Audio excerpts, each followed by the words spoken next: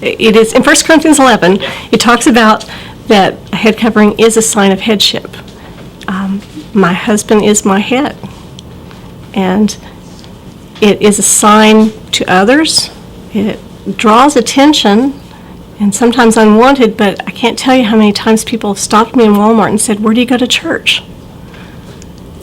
And that opens up other opportunities.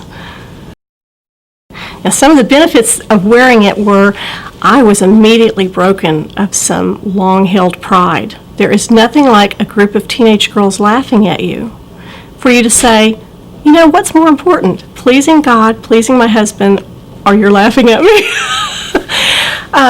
It made me very attentive to my husband. It brought me to remember every time I put it on, I'm doing this to please him, to please the Lord. It was a sign to my children that I submit to him. I want to talk about education. Our children have run the whole gamut. We've been to daycare and Mother's Day out and public school and Christian school. And when Amy and Andrew were young, I worked in the nursery at the church while Robert was at Perkins so that I would be close to them. And when Amy and Andrew were at the Christian school, I taught there so that I could be close to them. But when we learned about homeschooling, our first inclination was intrigue. And it was an interesting thing, but I didn't know that we could do that. Is that legal? And it probably wasn't when we first heard about it. But we were introduced to it by some families that we just admired their children. Their children were wonderful. Their children would talk to us and were just a joy to be around. And so we began to ask questions. And it was a really hard step to leave the Christian school and to homeschool, but there was no going back. So I guess as far as college is concerned, as far as Christian women, I think that I really feel like it's unnecessary. I wasted a lot of money, thousands, probably $40,000 or $50,000, educating myself for a career in being a doctor. And you know, I did marry during that time, and had another child during that time. But even being married and having children, I was still, I believed that I had to become a doctor. And my children were just going to have to suffer, and my children did suffer. You know, I thought I was the superwoman, working, career, school. My children looked healthy. You know, the outside looked good. We had a nice home, you know, nice vehicles. Everything looked good. But really, at the end of the day, there were so many empty holes and so many things that were not being taken care of. And I think also that,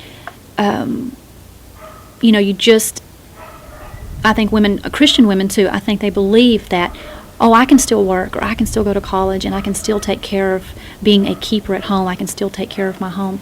But from my own personal experience, I don't believe they can do that efficiently and effectively. I believe somewhere down the road there's going to be a deficiency, and it's usually in our relationship to our husband and in our relationship to our children. Once I had left college and you know, made the decision to come home, and I tell people all the time, if you're considering sending your daughters to college, please reconsider, because again, the money involved and the peer pressure there. Never once, even in a Baptist college, never once felt the support of God's word, of maybe wanting to go home and be a keeper. And never once would you feel that kind of support from other women. The feminist movement was to a certain extent dominated by lesbians at times. The feminist movement actually could be a fairly small group of people, and yet they get so much publicity, and they have become so important in academic circles that they have a lot more influence than their numbers would indicate they should have. The fact is that if you ask people, you will get small numbers who will identify themselves as feminists. And yet many of the women who would say, oh, I'm not a feminist, they're living the life that feminists said they should live. And that is a fascinating outcome. But the importance of lesbians in the movement can't really be overestimated, because they were very important. Probably 40% of the members of the group National Organization for Women were lesbians at one time. And yes, their goal from the very beginning, and I discuss this in my book when I talk about the feminist perspective and the anti-feminist perspective, their goal was to reach a social outcome where there really was no difference between heterosexual families and homosexual families. And they've gone far towards accomplishing that goal. When I wrote my book, it was published in 1998, and I said in there things that some people found a little shocking when I said that what feminists want is for heterosexuals to live like homosexual couples. And they couldn't quite see that, but that's exactly what the movement wanted. Because if you don't have a division of labor, if you're both working full time and your children are being raised in daycare or by nannies, what really is the difference between heterosexual couples and homosexual couples?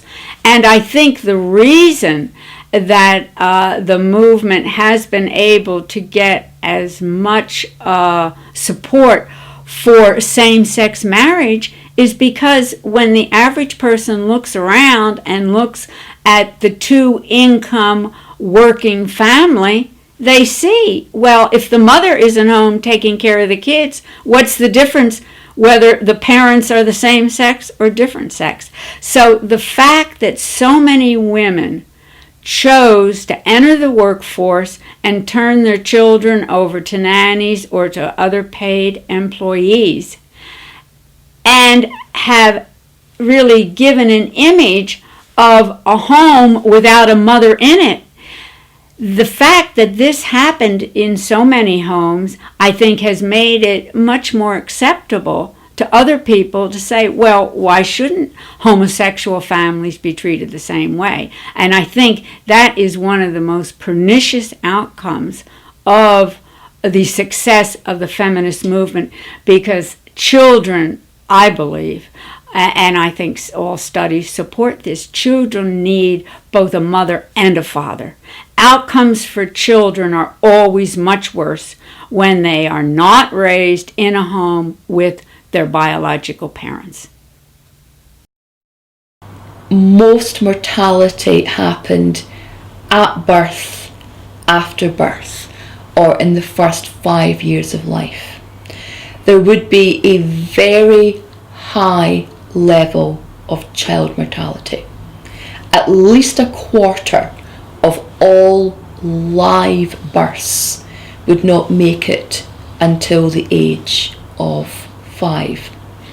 This actually is something you find reflected in the pastoral writings of the period.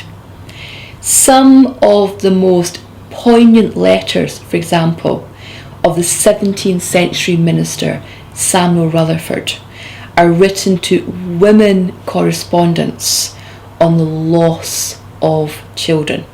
Rutherford himself suffered bereavement in his family.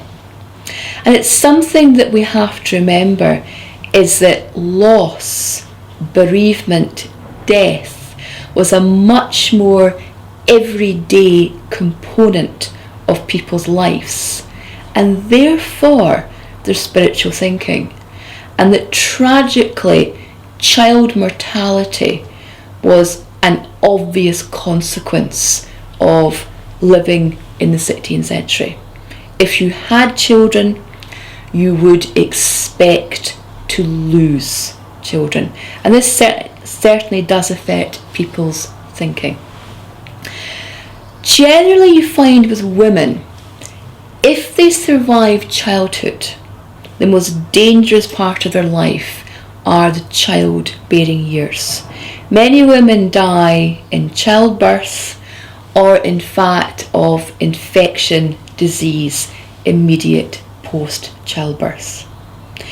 If a woman survives childhood, survives her childbearing years, she could in fact expect to outlive the average man.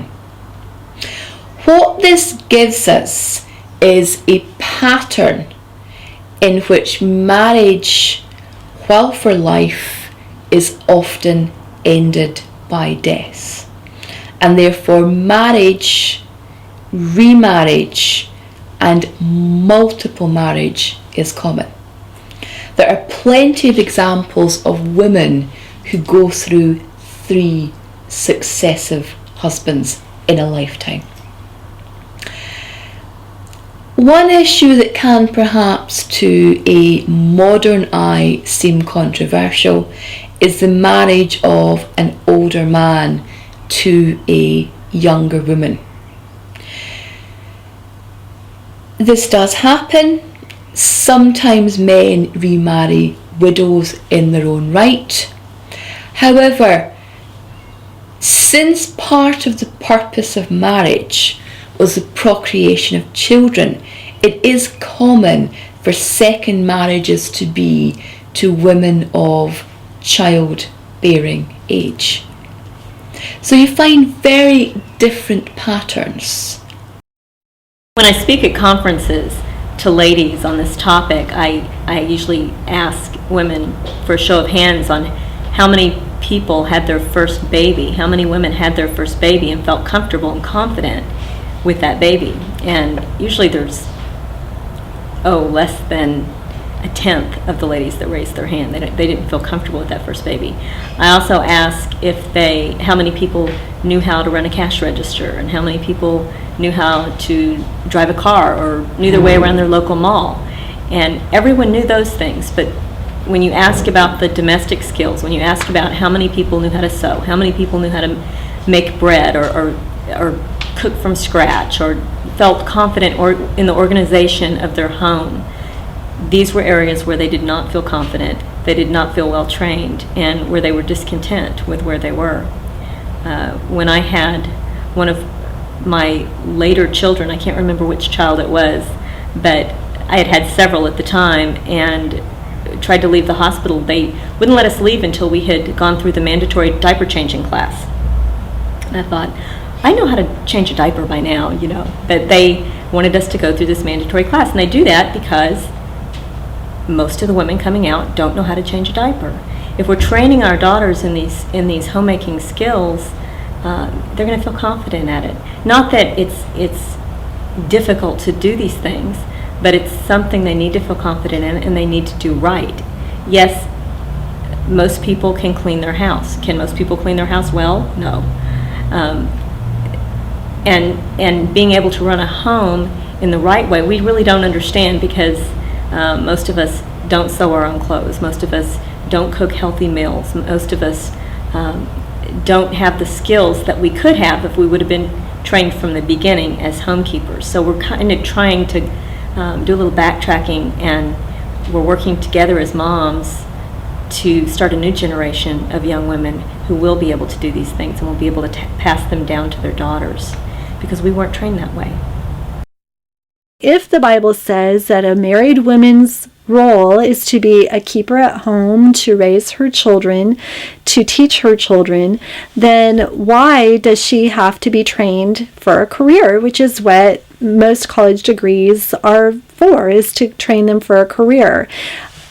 Some college degrees, or many college degrees that young women are getting, also are liberal arts degrees. And if you're going to a non-Christian college, like a state university, a liberal arts degree is going to give you a lot of garbage that you're going to have to deal with. Books you're going to have to read, ideas you're going to have to listen to, papers that you're going to be forced to write that have nothing to do with godly ideas that are very ungodly ideas that a girl is going to have to filter through, which I think is harmful to young women, and that I wouldn't, as a mature woman, want to have to even deal with myself. And I think that it's bad for girls to have to do that.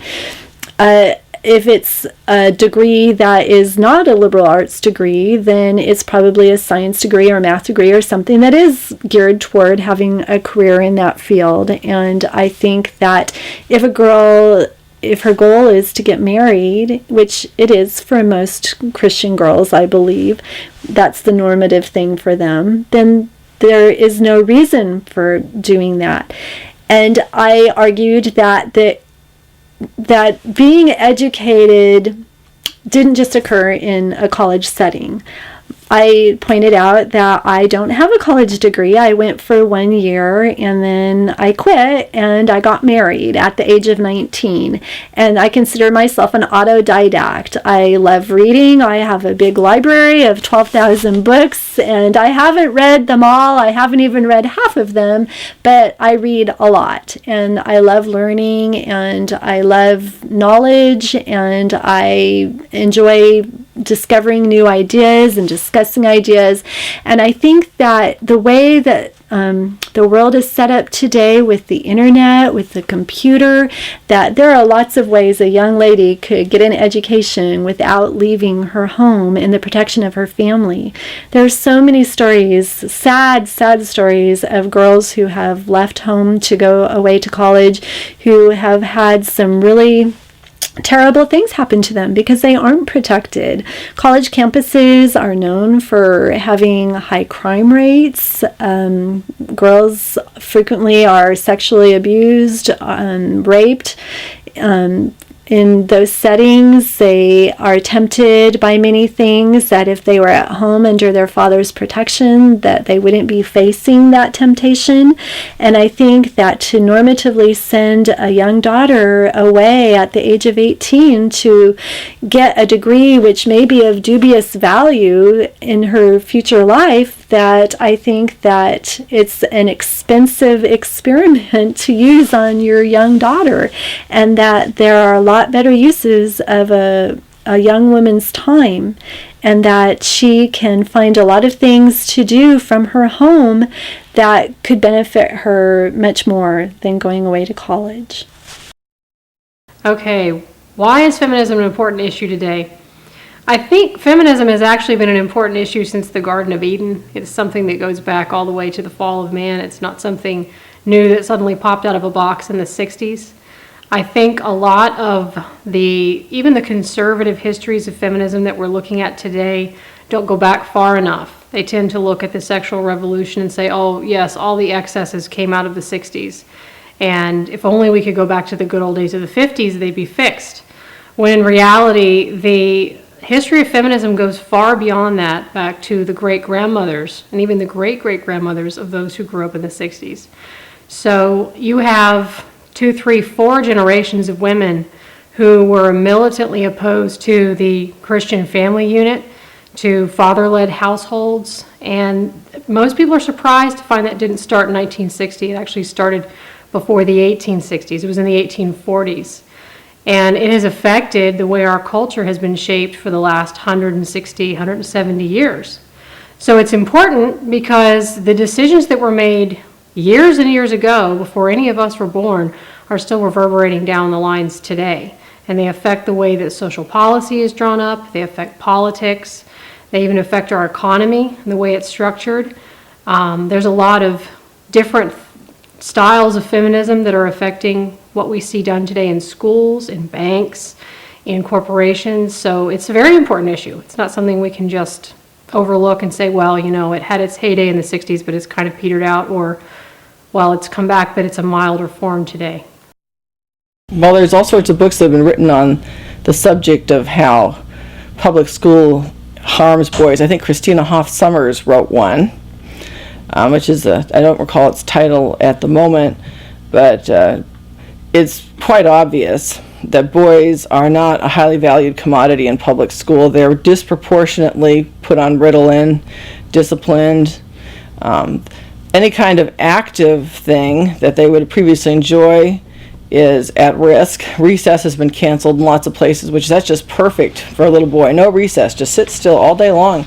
And if you move or make a noise, then you're bad and must be punished. This, you know. Is that a result of feminism? Well, yes, it is. The idea is that kids are supposed to be unisex. They're all supposed to be the same. And in public school, what they're all supposed to be is a certain style of person. What you call a progress personality. I go into this in more detail in another one of my books, but the kind of person who likes to fill out worksheets and go step by step and tick off little things, who likes to sit still and follow directions, and disproportionately girls tend to be more like this than boys. And so it's not necessarily a walk in the park for girls either, by the way, I should add. But boys are really being turned off to education because they have to act like little girls to succeed in it these days. Well, the church should be encouraging people to follow God's will in every area of life. Clearly, part of God's will, starting with Adam and Eve, is for us to multiply.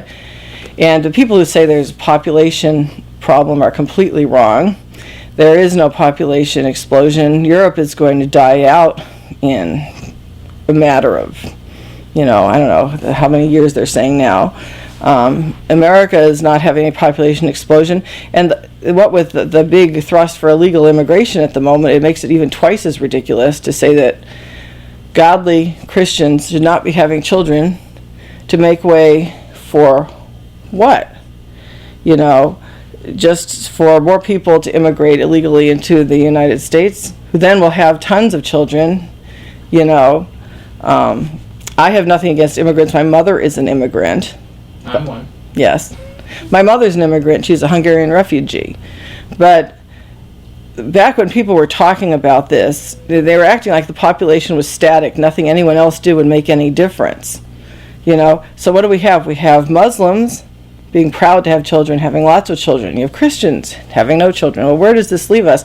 Leaves us with a shrinking church just from our own internal situation. And you're not going to make up the difference with evangelism because God is not going to bless it. If you have a hostile attitude towards your own children, does he reward hostility towards those within your house to bringing yet more in from outside? I don't think so. I think the feminist movement has been very destructive in many ways. Yes, women have gone into the workforce who really didn't need the money. Obviously, some women do.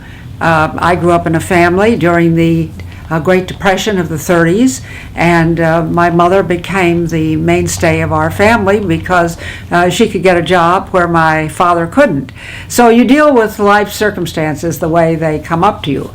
But what the feminist movement does is to make the woman feel that the real fulfillment for a woman is in some paid job rather than in the family. And my observation is that most women would like to have a husband and children. And so you make the choice you want. I started debating the feminists in the 1970s when they came out with their plan to put a new amendment in the United States Constitution called the Equal Rights Amendment, or ERA. And I have noticed that most of the women I debated in the 1970s don't have what I have, which is 14 beautiful grandchildren. They made their lifestyle choices, and life does move along, and I've got the joy and fun of 14 grandchildren, but the women I debated in the 70s don't have that. Now, a lot of them, I think, regret it. I noticed there was a big piece on television recently of Gloria Steinem, for example, showing the reporter her collection of dolls. Well, she made her life choices. She doesn't have children. She had abortions. She doesn't have children or grandchildren.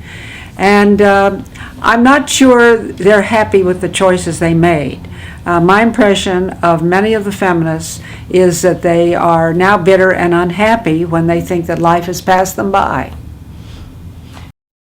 There was a feminist named Sylvia Hewlett who wrote a book a couple of years ago which had more free publicity on national television and newspapers than almost any book I can ever remember.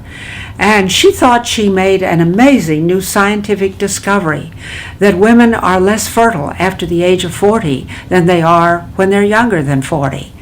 And she went around and interviewed a lot of very successful business women, and there are plenty in the United States. And they ended up without children, and they don't really understand why. One of the chief intellectuals of the feminist movement was the Australian Germaine Greer, and she made a very bitter statement. She said that she was now longing for the baby she will never have, and she said, "I have the medical bills to prove it."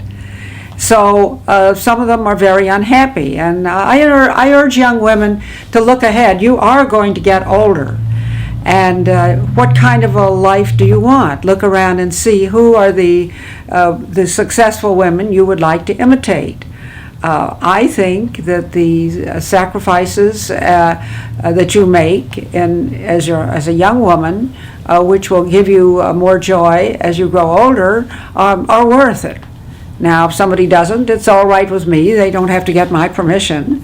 But I notice that most of the women I deal with are relatively happy, and most of the women I debate are not.